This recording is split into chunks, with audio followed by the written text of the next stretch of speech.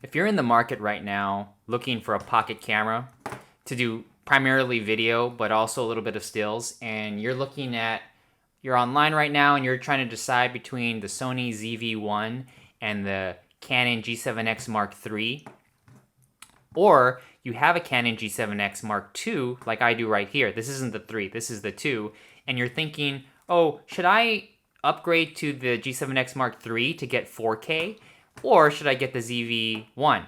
Because the G7X Mark III shares the same battery as the 2, so if you have extra batteries, they'll work, and any kind of, it has the same very similar body design and weight, so if you have extra cages or anything, accessories, they'll work with the Mark III.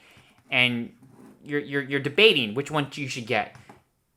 I'll make this really fast, really quick, because I've owned both cameras. I've owned the G7X Mark III, and I got rid of it. I didn't throw it in the trash, I just sold it, but I got rid of it because there's two big reasons. The first deal breaker is the autofocus.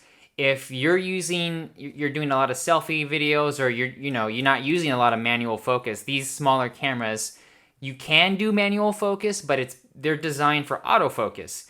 And once you switch over to 4K in the G7X Mark III, the autofocus is unreliable. Even with the firmware updates, it's unreliable. The ZV-1 is far superior in autofocus, and even the G7X Mark II, although it's not superior to the updated autofocus features in the Mark III, it's more reliable. And I would take reliability over extra bells and whistles with eye tracking and all that stuff. The second deal breaker with the G7X Mark III is the overheating issue when you're shooting in 4K.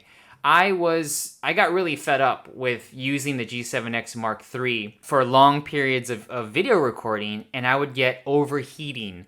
Not all the time, but when I did get the overheating, really nothing I could do would cool the camera down where I could start using it again. And everything shut down. Once it overheated and the camera shut down, I couldn't use anything again. And I would even pop out the battery, I would wait for 10 minutes. I even went so far as to put the entire camera in a freezer. I put it in the freezer for 10 minutes. I took it out, I tried to turn it back on, but something about the Canon G7X Mark III wouldn't allow me to continue recording after it overheated.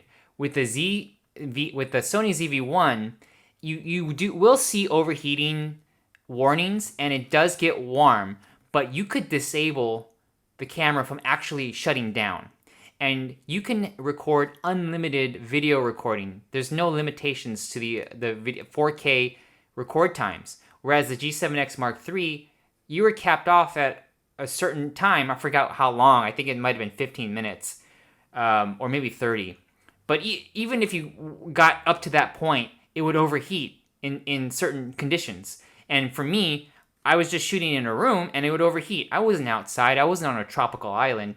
In a normal room temperature, 72-degree room, it would overheat. And I just could not stand that. Even after the firmware updates, Canon did not fix it. And right now, if you look on the market, the price of the G7X Mark III is very similar to the price of a Z7-1. So it just doesn't make sense to me if I were out there looking for a pocket camera, why I would get the G7X Mark III. It's just not a reliable camera. Maybe Canon will fix those issues with firmware, but they haven't so far, and the G7X Mark III has been out for over a year. So if you're in the market for one of these cameras, get the Sony ZV-1. The ZV-1 is an amazing pocket camera for video and a little bit of stills.